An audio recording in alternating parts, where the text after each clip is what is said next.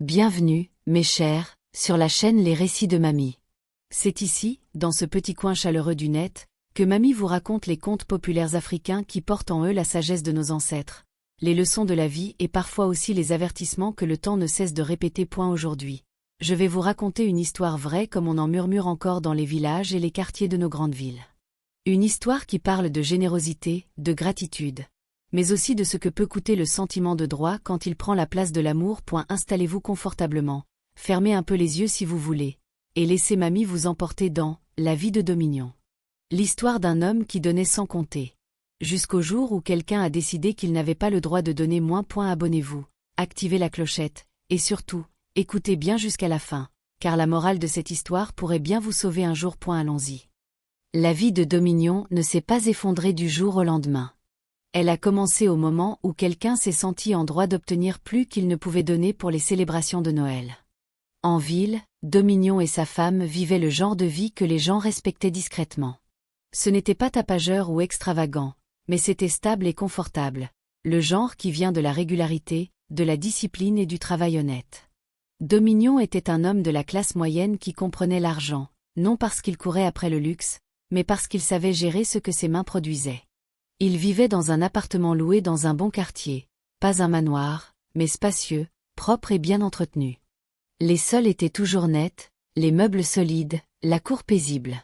Leur foyer dégageait la chaleur de gens qui payaient leur loyer à temps et dormaient sans crainte du lendemain. Les factures étaient anticipées, pas redoutées. Les urgences ne plongeaient pas leur vie dans la panique. Dominion gagnait sa vie en vendant des matériaux de construction, ciment, fer, carrelage, peinture, fourniture de plomberie. Les constructeurs lui faisaient confiance. Les entrepreneurs savaient que ses prix étaient justes. Son magasin sentait la poussière de ciment et le travail acharné, et il faisait vivre son foyer régulièrement. Ce n'était pas de l'argent rapide, mais c'était fiable. Ezen, sa femme, vivait calmement dans cette stabilité. Elle ne travaillait pas à l'extérieur, mais rien ne manquait. La cuisine était toujours approvisionnée, et ses journées s'écoulaient sans stress. Elle se tenait avec une confiance tranquille, la confiance d'une femme dont le mari pourvoyait sans faire de bruit. Chaque décembre, dès que la brise d'harmattan commençait à s'infiltrer dans la ville, une excitation familière agitait le cœur de M. Dominion. Noël ne semblait pas complet à moins qu'il ne rentre au village. Et aucun voyage au village ne semblait convenable sans quelque chose de spécial préparé pour Tante Rose. Tante Rose n'était pas une femme qui l'avait élevée ou avait façonné son destin. Elle était simplement la tante pleine de vie du côté de son père, celle qui lui achetait des biscuits quand il venait la visiter petit garçon. Mais d'une manière ou d'une autre, ce petit souvenir d'enfance s'était accroché à lui si fort que même l'âge adulte ne pouvait s'en débarrasser. Alors, chaque Noël, Dominion la gâtait sans retenue. Il ne lui achetait pas des choses bon marché. Non, il faisait des efforts pour qu'elle se sente valorisée. Parfois, c'était des sacs à main, brillants, colorés, qu'elle exhibait fièrement aux réunions du village. Parfois, c'était des pagnes, soigneusement pliés et sentant le tissu frais sortant d'une boutique. D'autres années, il apportait des chaussures, des parfums, des chemisiers, même des écrins à bijoux qui cliquetaient doucement quand elle les ouvrait. C'était devenu un spectacle annuel. Les voisins regardaient depuis leur cour, chuchotant « Dominion est encore arrivé. Oh, voyez tous ces cadeaux. » Même les parents souhaitent secrètement être la tante choisie. Et Tante Rose, elle se délectait de cette attention. Elle riait fort, dansait un peu, serrait Dominion dans ses bras comme s'il lui avait apporté la clé du paradis elle-même. Puis elle faisait le tour de la cour avec les cadeaux, annonçant « Mon neveu réussit bien. Dieu l'a vraiment béni. » Dominion n'y pensait jamais beaucoup. Il aimait simplement lui faire des cadeaux. Cela le rendait heureux. Puis, un Noël, Dominion fit quand même le voyage au village comme toujours. La tradition comptait pour lui. Même si l'année l'avait pressé de tous les côtés, même si son affaire avait trébuché et refusait de se relever comme prévu, même si les pertes pesaient encore sur son esprit, il refusait de rompre son rituel de décembre.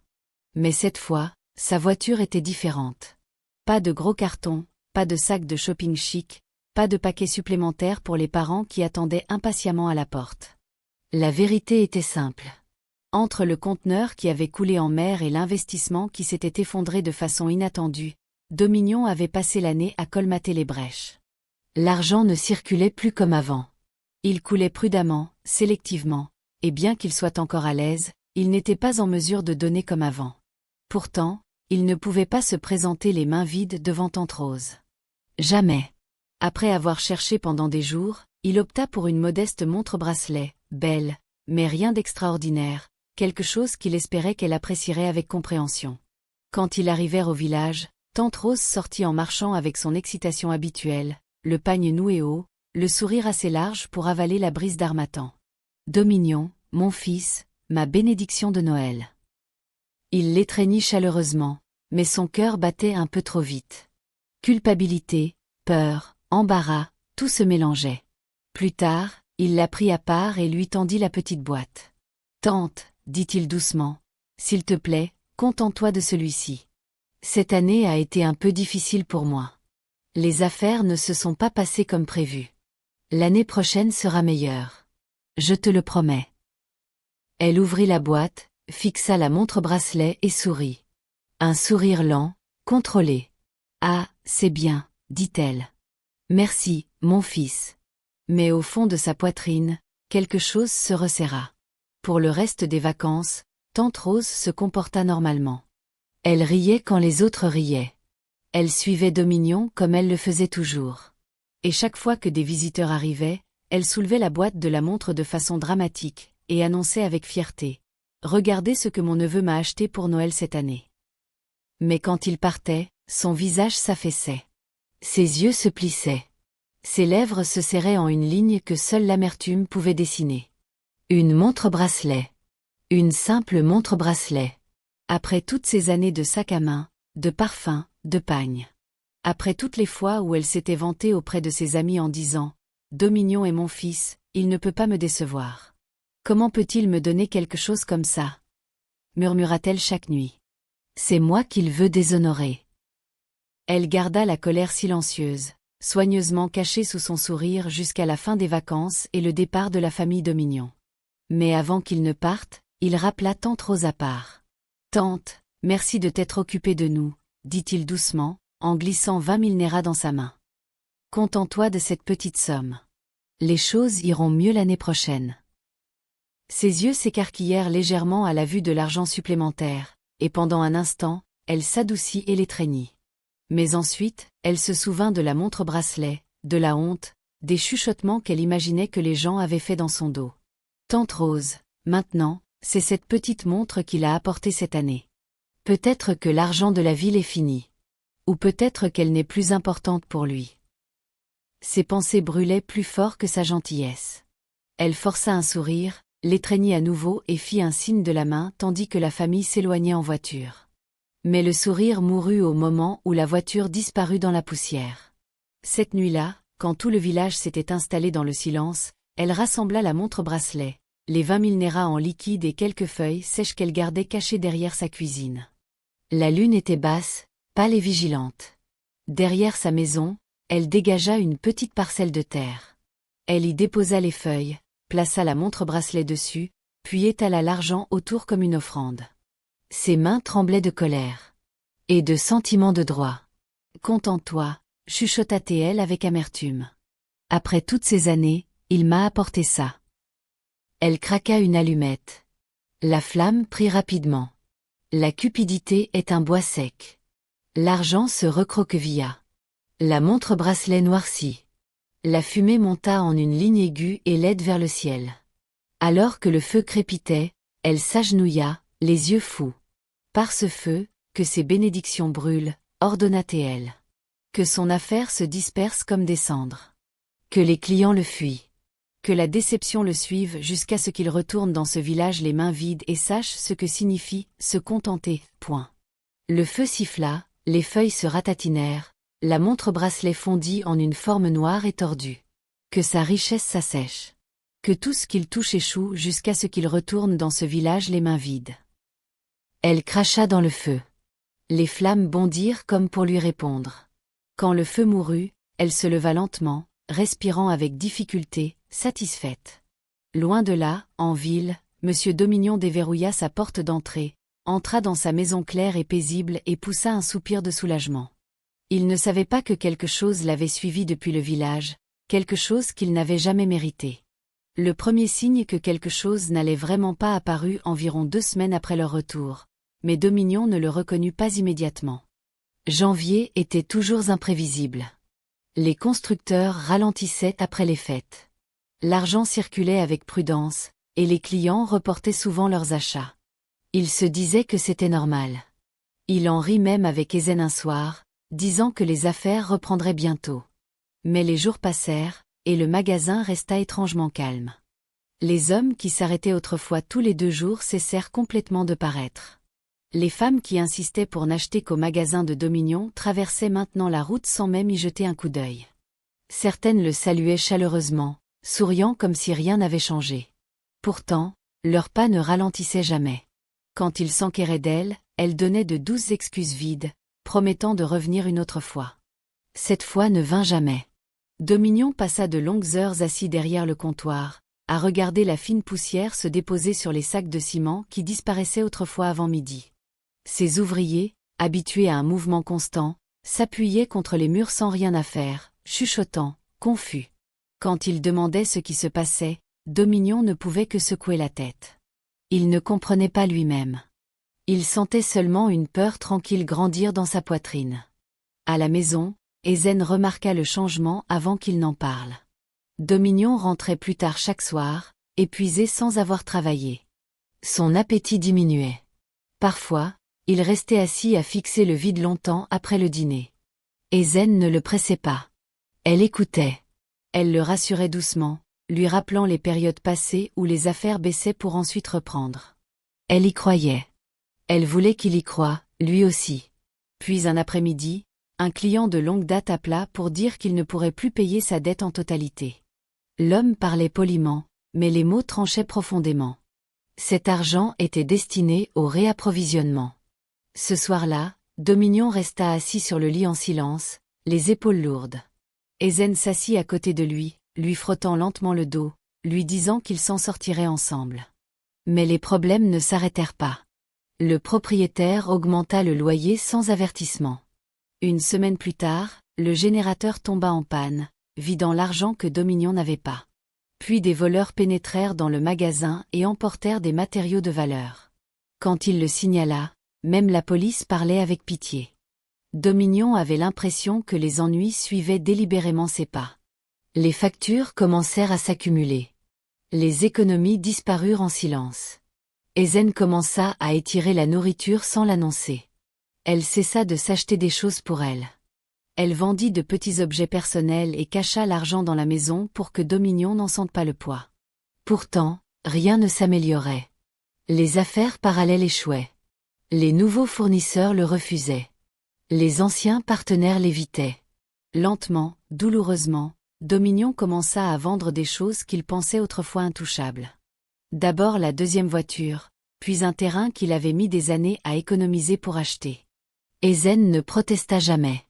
Elle restait à ses côtés même quand ses yeux étaient fatigués.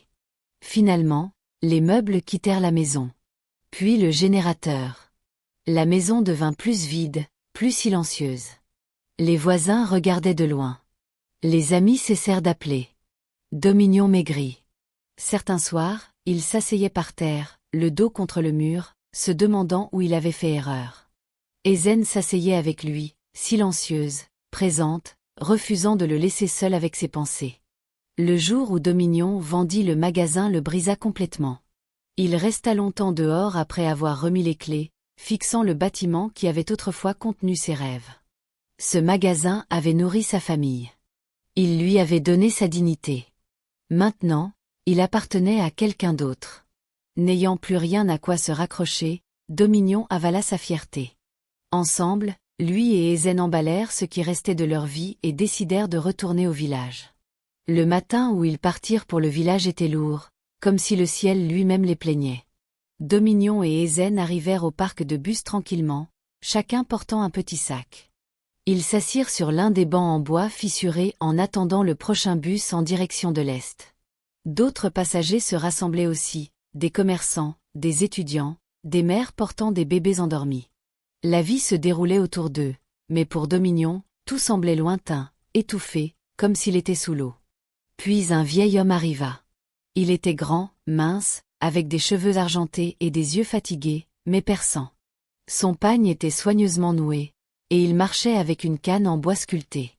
Dominion ne le remarqua que parce que l'homme s'arrêta devant lui, le fixant, pas de façon anodine, pas accidentellement, mais avec intention, comme s'il cherchait Dominion depuis des années. « Mon fils, » dit le vieil homme calmement. « Lève-toi. » Dominion cligna des yeux. « Monsieur, est-ce que je vous connais ?» L'homme ne répondit pas. Il se contenta de faire signe à Dominion de s'écarter. Même Ézène semblait confuse tandis que Dominion suivait le vieil homme à quelques pas du bus et de la foule. Au moment où ils se firent face, le vieil homme soupira profondément. « Ta souffrance. Elle n'est pas ordinaire. » Dominion se figea. L'homme continua, d'une voix ferme et triste.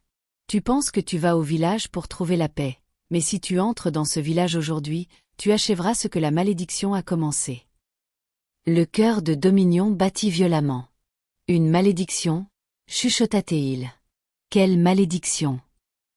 Le vieil homme le regarda avec des yeux qui portaient des siècles de connaissance. « La malédiction placée sur toi par une femme à qui tu as fait confiance. » Dominion recula en chancelant, la poitrine serrée. « Comment ? Qui ?» Le vieil homme souleva légèrement sa canne. « J'ai vu ta chute au moment où mes yeux ont rencontré les tiens. Ta richesse n'a pas disparu d'elle-même. Elle a été repoussée. Tes clients ne sont pas partis volontairement. Ils ont été chassés. Tout ce que tu as bâti a été dispersé par des mots prononcés avec du feu. La personne sera révélée plus tard. » La gorge de Dominion était sèche. Il voulait le nier, mais quelque chose dans la voix du vieil homme contenait une vérité trop lourde pour être ignorée. « Mais que dois-je faire ? J'ai tout perdu. Nous retournons au village parce que nous n'avons nulle part où aller. » « Non, » dit fermement le vieil homme. « Tu ne dois pas voyager aujourd'hui. » Ézène entendit cette partie et se leva lentement, la peur envahissant son visage. « Monsieur, pourquoi ne devrions-nous pas voyager ? » demanda-t-elle.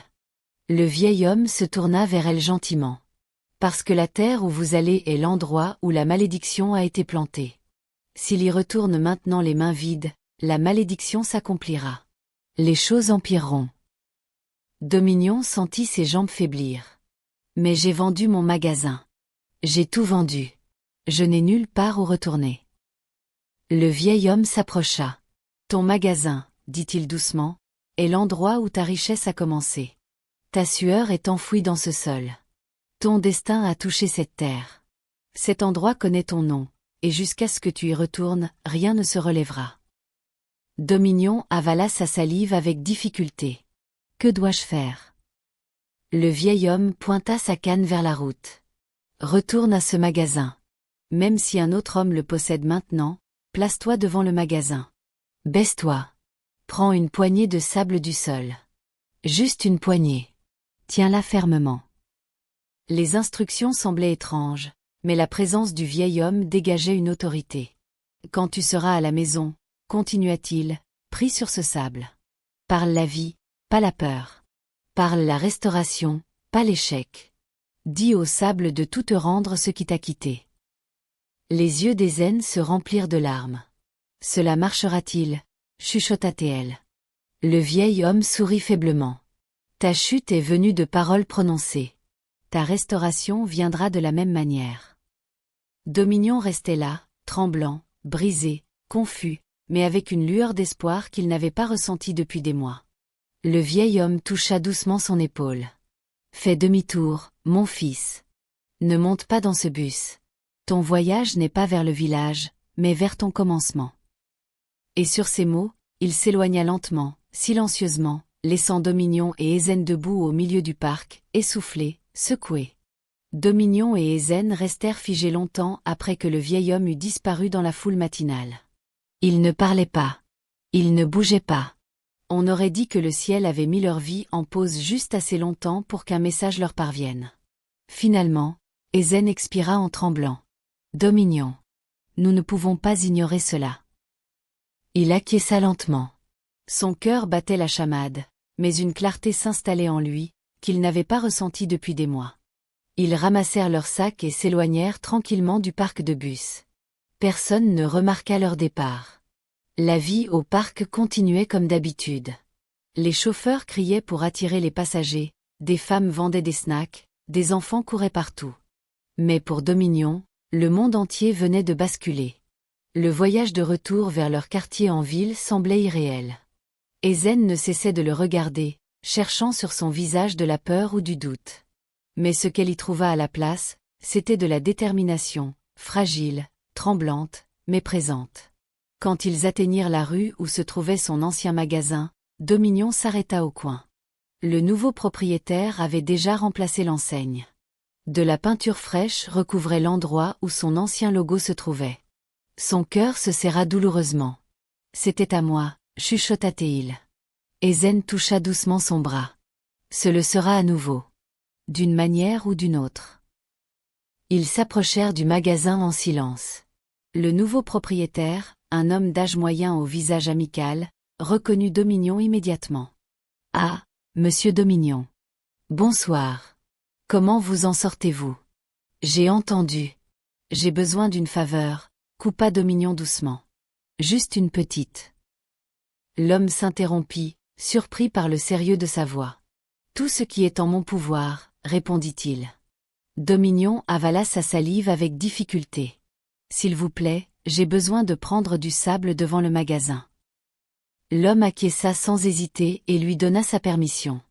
Il marcha jusqu'à l'avant du magasin, les yeux embués de larmes. Ezen se tenait sur le côté, priant silencieusement. Dominion s'agenouilla lentement. Avec des doigts tremblants, il prit une poignée de sable du sol. Il la serra fermement dans sa paume comme s'il tenait un morceau de son ancien moi. Au moment où il se releva, quelque chose de chaud l'envahit, comme des mains invisibles soulevant un fardeau de ses épaules.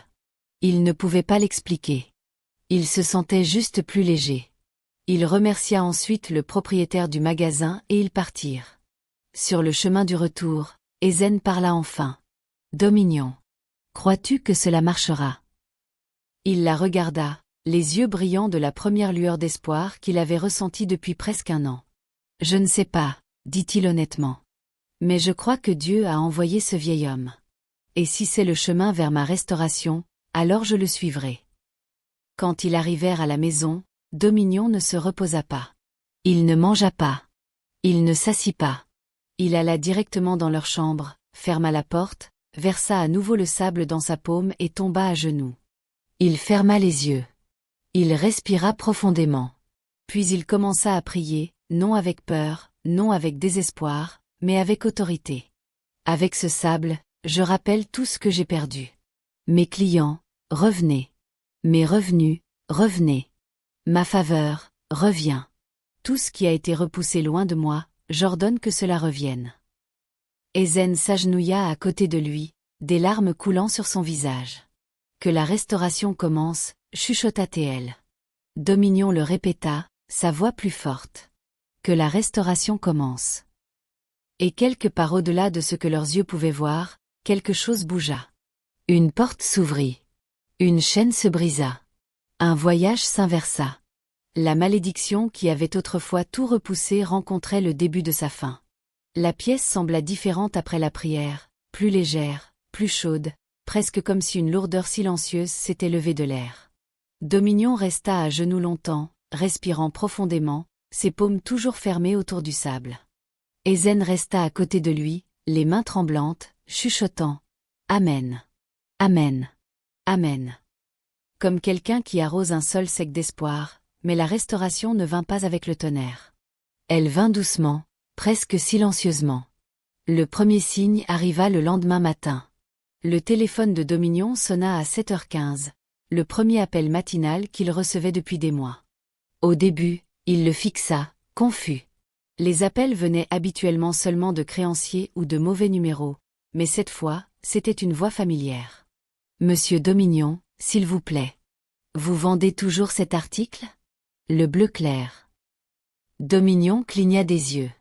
C'était un client qu'il avait abandonné depuis longtemps. « Je l'ai, » répondit Dominion, bien que techniquement, ce ne fut pas vrai. Il n'avait plus de magasin. « Pas de problème, » dit l'homme. Dis-moi juste où te rencontrer. J'en veux 2. 2. Pas 1. 2. Quand l'appel se termina, Dominion resta simplement assis tranquillement, à digérer ce qui venait de se passer. Ezen le regarda, son cœur battant plus vite. C'était qui? Chuchota-t-elle. Un client, dit-il, la voix tremblant légèrement. Quelqu'un qui ne m'avait pas appelé depuis presque 1 an. Ce jour-là, 3 autres clients appelèrent. Des gens qu'il pensait avoir oublié son existence. Certains demandaient des devis, d'autres des échantillons. Un s'excusa même d'avoir disparu. Dominion ne cessait de regarder son téléphone comme s'il se réveillait d'entre les morts. Au 3e jour, l'argent commença à nouveau à affluer, petit à petit. Il utilisa les acomptes et commanda quelques marchandises, d'abord de petites ventes, puis de plus grosses au fur et à mesure que la nouvelle se répandait que Dominion était de retour en affaires. Il n'avait pas encore de magasin, mais il travaillait depuis chez lui, utilisant son salon comme dépôt temporaire. Et étrangement, tout ce qu'il touchait semblait se vendre. Un homme acheta des marchandises en gros. Une femme le recommanda à sa sœur. 2 anciens clients demandèrent les anciens prix et achetèrent immédiatement quand il accepta. Ezen regarda tout cela se dérouler avec une incrédulité croissante. Elle cuisinait avec plus d'entrain. Elle souriait plus.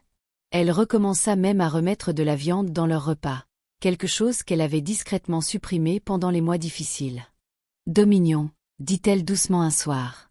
Ceci, ce n'est pas ordinaire.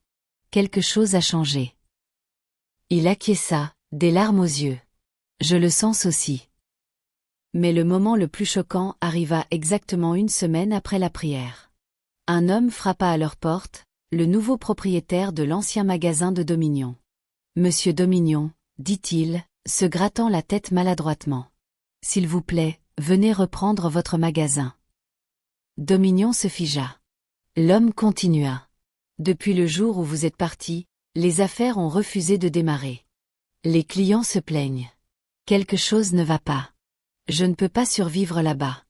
Je vous en supplie. Reprenez-le. Remboursez-moi juste. Petit à petit, quand vous pourrez. » Dominion et Ezen le regardèrent, sans voix. C'était trop parfait, trop direct, trop en accord avec ce que le vieil homme avait dit. Ezen se couvrit la bouche, des larmes coulant. Dominion sentit ses genoux faiblir. « Monsieur, êtes-vous sûr ?» chuchota-t-il. L'homme acquiesça rapidement. « Je ne peux plus rester là. Ce magasin vous appartient. Il connaît votre esprit. Reprenez-le. » Dominion s'affaissa sur son canapé, submergé, tandis qu'Ezen pleurait à côté de lui, cette fois avec de la joie au lieu de la peine.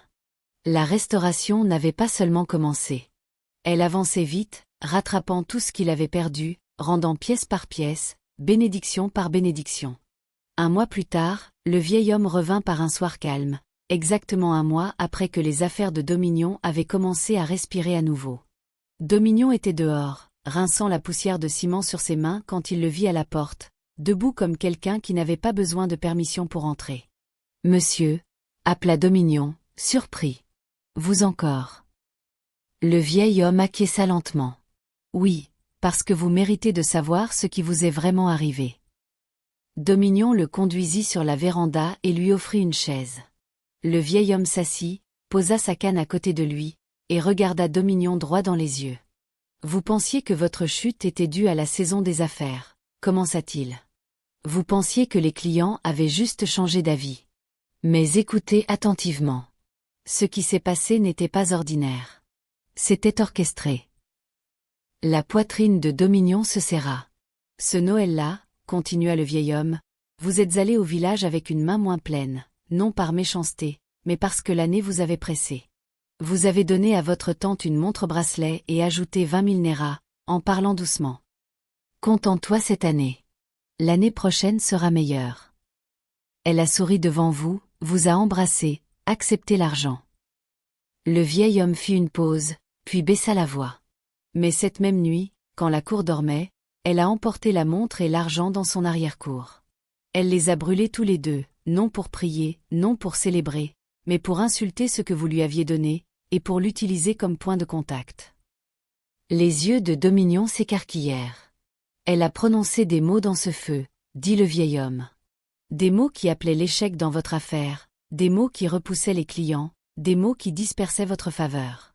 Quand vous vous demandiez pourquoi les gens entraient dans votre magasin et changeaient soudainement d'avis, ce n'était pas parce que vos marchandises étaient mauvaises. Quelque chose détournait leur cœur. Quand les dettes refusaient d'arriver, quand les contrats s'effondraient, quand les voleurs réussissaient facilement, c'était parce que les portes qui s'ouvraient autrefois pour vous étaient verrouillées spirituellement. Dominion se leva brusquement, la colère et la douleur le submergeant. « Ma tante a fait ça ?» demanda-t-il, la voix tremblante. « Rose. » Le vieil homme acquiesça. « Oui, le sentiment de droit. Certaines personnes ne mesurent pas l'amour, elles mesurent les cadeaux.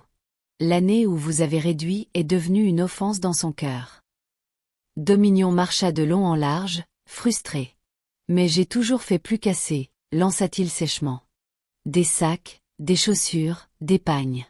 Chaque année, je ne suis jamais venu les mains vides. Alors parce qu'une année a été difficile, elle a choisi de me détruire. » La voix du vieil homme resta calme mais lourde. « C'est pourquoi je suis venu, dit-il, pour vous montrer que votre souffrance ne venait pas d'un manque d'effort. Elle venait de la mauvaise personne portant votre nom dans sa bouche. » Dominion cessa de marcher, les yeux humides, respirant difficilement, blessé plus profondément qu'en colère. « Et maintenant ?» chuchota-t-il. Le vieil homme resta assis, ses yeux fixés sur Dominion, comme s'il pesait la quantité de vérité que l'homme pouvait porter à la fois. « À partir de maintenant, dit-il calmement, vous ne devez pas arrêter de prier. » Dominion le regarda, confus. « Prier pour quoi exactement ? » « Pour la préservation, répondit le vieil homme. « Pour la séparation. Pour le déracinement final de ce qui vous a suivi. » Il prit sa canne et tapa légèrement sur le sol. « Ce qui vous est arrivé ne s'est pas terminé quand les affaires sont revenues. Quand le mal est exposé, il doit être entièrement déraciné ou il cherche une autre voie de retour. » Dominion avala sa salive avec difficulté. « Vous prierez, » continua le vieil homme, non avec colère, non avec vengeance, mais avec fermeté. Chaque jour, matin et soir, vous déclarez qu'aucune parole prononcée contre vous ne tiendra, qu'aucune amertume liée à votre nom ne survivra. Dominion acquiesça lentement. « Et dans une semaine, » ajouta le vieil homme, en baissant la voix, « vous aurez des nouvelles du village. » Dominion se raidit. « Quel genre de nouvelles ? » Le vieil homme ne broncha pas. « Votre tante n'aura pas une autre chance, dit-il. Il n'y aura pas de confession publique, pas d'excuses, pas de retour en arrière. Certaines portes se ferment définitivement quand la méchanceté est délibérée. » Le visage de Dominion se crispa de douleur. « Je ne veux pas qu'on lui fasse du mal, dit-il doucement.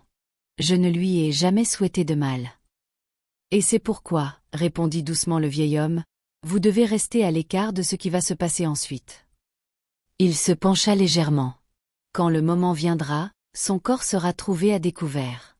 Les oiseaux du ciel s'y rassembleront, non comme une punition des hommes, mais comme un signe que le jugement est déjà passé. Ézène, qui écoutait silencieusement depuis l'entrée, laissa échapper un petit gémissement.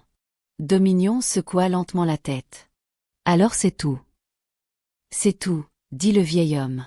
« Certaines personnes ne perdent pas parce qu'elles sont pauvres. Elles perdent parce que le sentiment de droit les a rendues aveugles, et l'aveuglement a des conséquences. » Il se leva lentement. « Quand vous aurez la nouvelle, dit-il, ne voyagez pas. Ne posez pas de questions.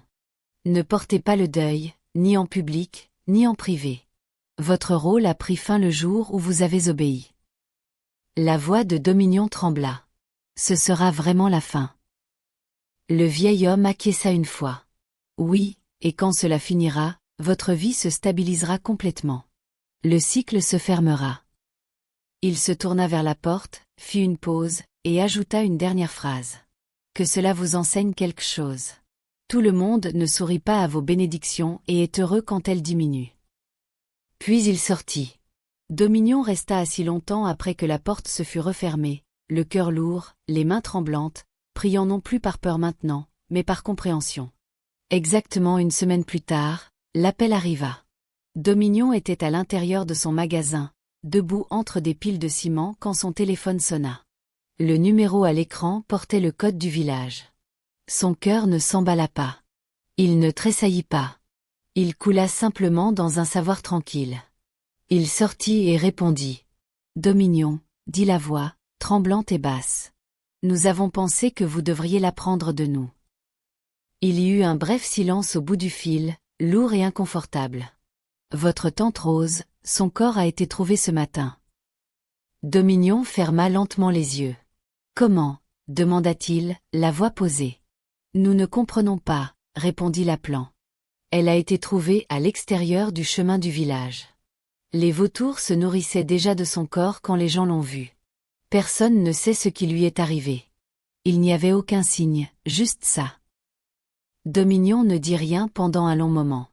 Les paroles du vieil homme résonnèrent dans son esprit avec une précision glaçante. « Exactement une semaine. »« Je comprends, » dit finalement Dominion calmement. « Merci d'avoir appelé. » Il termina l'appel et resta là, à respirer l'air poussiéreux de son magasin. Il n'y avait plus de choc en lui, plus de larmes, plus de colère, seulement un profond et grave calme. Il ne voyagea pas au village. Il n'appela pas les parents. Il ne l'annonça pas aux amis. Il ne porta le deuil ni en privé ni en public, non parce qu'il était sans cœur, mais parce qu'il avait été averti. Certaines issues n'étaient pas faites pour être portées émotionnellement. Certaines fins étaient des conséquences, pas des pertes. Cette nuit-là, Dominion pria non pour elle, non pour des explications, mais pour la protection, pour qu'aucune amertume, aucun sentiment de droit, aucune loyauté mal placée ne trouve à nouveau sa place dans sa vie. Au fil des semaines, sa vie continua à se stabiliser. Les affaires revinrent pleinement. Les entrepreneurs reprirent le travail. Le ciment se vendit régulièrement. Les commandes redevinrent prévisibles. L'argent circula avec ordre, non avec chaos. La panique qui avait autrefois habité sa poitrine disparut en silence. À la maison, la paix s'installa à nouveau. Ezen souriait plus librement. Le rire revint, doux et naturel. Les repas n'étaient plus pris en silence. Ils ne se précipitèrent pas pour tout récupérer d'un coup. Ils reconstruisirent lentement, sagement, intentionnellement. Dominion ne parla jamais publiquement de ce qui était arrivé, mais la leçon resta à jamais avec lui. La gentillesse doit être protégée. Le sentiment de droit est dangereux. Et certains avertissements, quand ils sont ignorés, se terminent sans merci. La vie continua. Et cette fois, elle avança régulièrement, tranquillement, et libre. Leçon morale. Cette histoire est un avertissement pour tous ceux qui donnent librement. La gentillesse sans sagesse peut vous exposer au danger. Tout le monde que vous bénissez ne comprend pas les saisons. Certaines personnes ne mesurent votre valeur que par ce que vous leur apportez. Le moment où vos dons diminuent, le sentiment de droit remplace la gratitude. Apprenez à protéger votre générosité. Tout le monde ne mérite pas le même accès à votre vie. Donnez par amour, mais jamais sous la pression ou l'attente. Acceptez que certaines relations ne survivent que grâce aux avantages, pas à l'affection. Protégez votre paix. Choisissez des limites. Et souvenez-vous, la générosité est un don, pas une dette que quelqu'un peut réclamer de vous. Merci d'avoir regardé. N'oubliez pas d'aimer, de commenter et de vous abonner.